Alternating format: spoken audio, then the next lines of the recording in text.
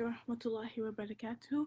رب اشرح لي صدري ويسر لي أمري واحلل عقدة من لساني يفقهوا قولي. ربي زدني علما ربي زدني علما ربي زدني علما. Welcome back to this week's study of Surah Qaf.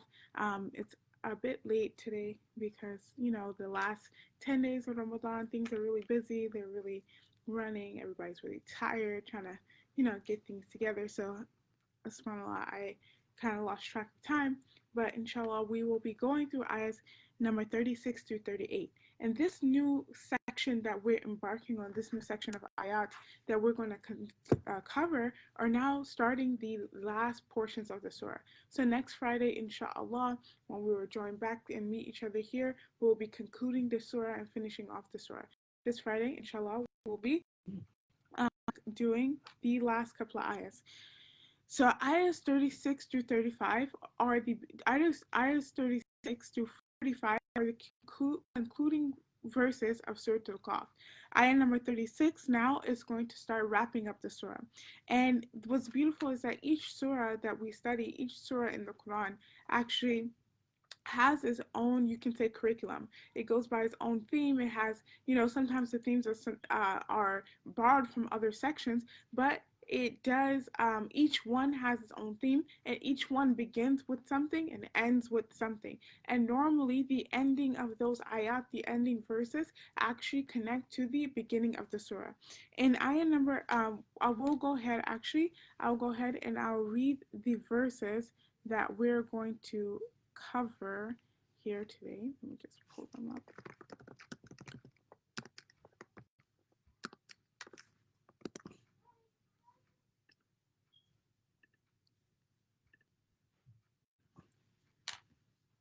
So before, we talked about how Allah subhanahu wa ta'ala talked about the people who, when they die, they won't be taken to the best place, right? They will be taken to the hellfire, and how that will manifest. And then Allah subhanahu wa ta'ala talked about the people who will be given Jannah.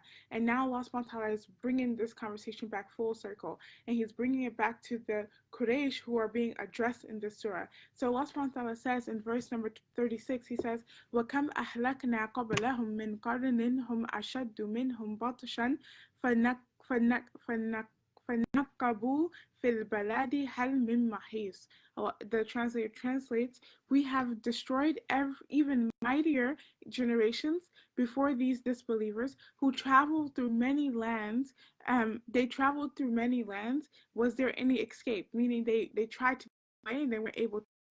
And then the ayah says, في ذلك لذكرى لمن كان له قلب أو ألقى السمع وهو شهيد.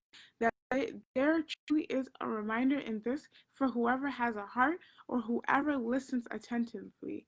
وَلَقَدْ خَلَقْنَا السَّمَاوَاتِ وَالْأَرْضِ. And indeed, without a doubt, we created the heavens and the earth. وَمَا بَيْنَهُمَا, and everything that's in between them. فِي سِتَّةِ أَيَّامٍ, in 6 days. وَمَا مَسَّنَّا مِن لُغُوبٍ. And worriness or tiredness never hit us or never touched us. And so these are the verses that we will cover today. In the first ayah, Allah subhanahu wa ta'ala, He's talking back to the Meccans now. Because you remember, like, the beginning of the surah has been addressing the Meccans and addressing their complete arrogance. They think that they're so great, they thought that they were better than the Prophet, they're better than whatever God is calling them to, and they have so many resources. They have money, they have power, they have all these things. So why is it that they would bring down their resources or bring down themselves to believe in this God, to believe in what Allah subhanahu wa ta'ala is telling them to believe in? And so Allah subhanahu wa ta'ala says that, He says, وَكَمْ أَهْلَكْنَا قَبْلَهُمْ مِنْ قَرْنٍ. How many generations came before? How many nations came before that we've destroyed? Ashaddu minhum, and they were way far better than you all. They were far better than you are, batshan, in terms of strength. فَنَكَّبُوا فِي الْبِلَادِ. And if you try to go to the ends of the earth, to the ends of the world, to travel through many lands, that they traveled through many lands, هَلْ مِن مَحِيصٍ, did they find any type of safety? Did they find anyone to help them? So there are 4 points that are made here in this particular ayah. Number 1 is the point where Allah subhanahu wa ta'ala says, وَكَمْ أَهْلَكْنَا قَبْلَهُمْ مِنْ قَرْنٍ. He says that how many generations were destroyed before these people. And what's interesting is that the Meccans, they were very much aware of the people that came before. whether the Prophet told them or not, because they used to look at the ruins of those nations that had come before, and they would know the stories that of what happened. They knew about the rains that came that destroyed nations. That they knew about Ad, they knew about Thamud, and the lost of these people, and we talked about these different nations. We talked about them in the previous classes, but these people, they were far better than the Quraysh. They were far better than the Meccans. They had way better strength. They had way more resources. They carved their homes out of mountains, and Allah subhanahu wa ta'ala got rid of them swiftly. That what makes you think Allah subhanahu wa ta'ala can't deal with you that way? The next thing Allah subhanahu wa ta'ala says, Hum ashaddu minhum. That they were far greater than the Quraysh could ever phantom of being.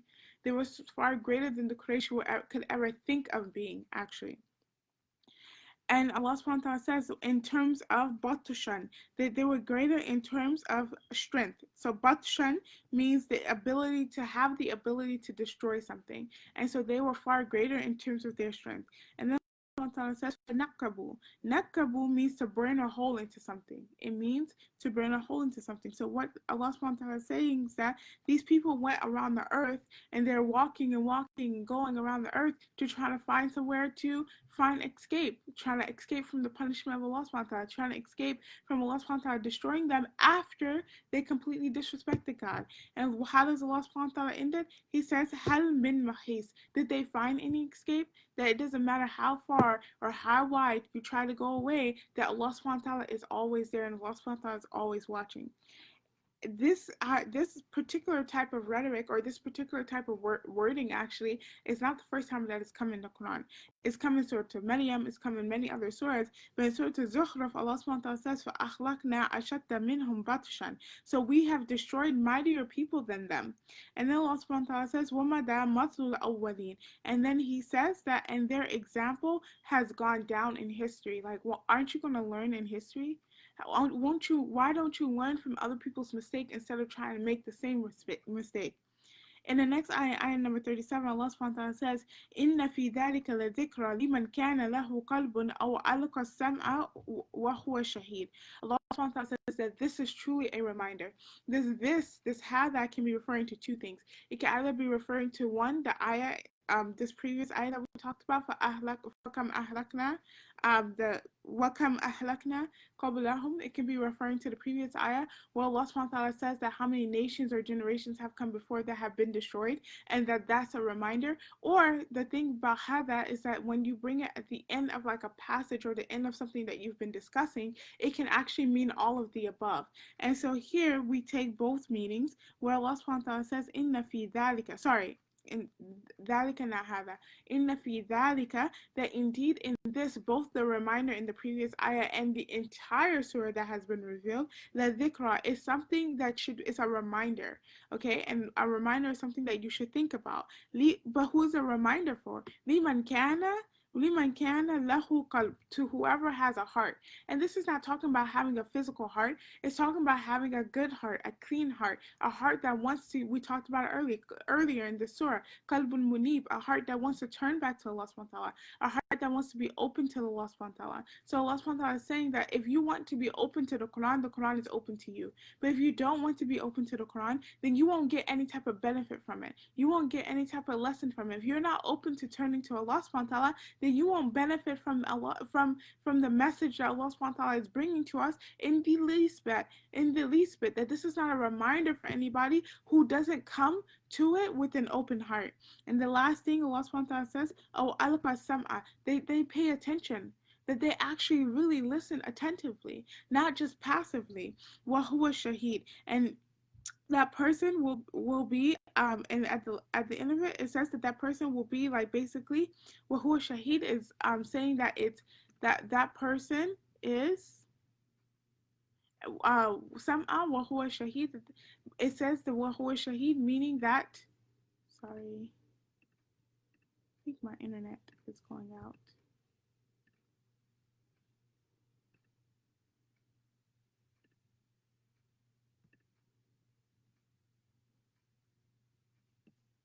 Okay, so, and that person lends a very mindful ear. That person, he's listening attentively and lending a very mindful ear, okay? That person's the one who is mindful. the last part, the last ayah we'll cover today, Allah subhanahu wa ta'ala says, وَلَقَدْ خَلَقْنَا السَّمَاوَاتِ وَالْأَرْضَ وَمَا بَيْنَهُمَا فِي سِتَّةِ أَيَّامٍ وَمَا مَسَّنَا مِنْ لُغُوبٍ. Allah subhanahu wa ta'ala says, we created the heavens and the earth in 6 days, okay? And everything in between, وَمَا بَيْنَهُمَا, and everything in between in 6 days. Now, the question here is that why 6 days? And the Prophet ﷺ talks about this in many narrations. He talks about how taking your time to do something shows that you care. It shows the intricacies and the amount of care that you put into that particular thing. The next part of this ayah actually says, وَمَا مَسَّنَّا min lugub, that tiredness or weariness did not touch us, meaning did not touch Allah subhanahu wa ta'ala. And the scholars said that this particular part of the ayah was revealed because it's talking about how Allah subhanahu wa ta'ala doesn't get tired from creating the heavens and the earth.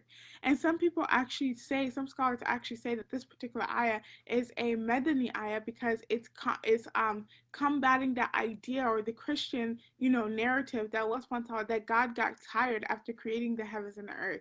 And so that's why there's, the seventh day of like relaxation, when that's not true. Allah subhanahu wa ta'ala willed it, so he created the earth, the heavens and the earth in these 6 days.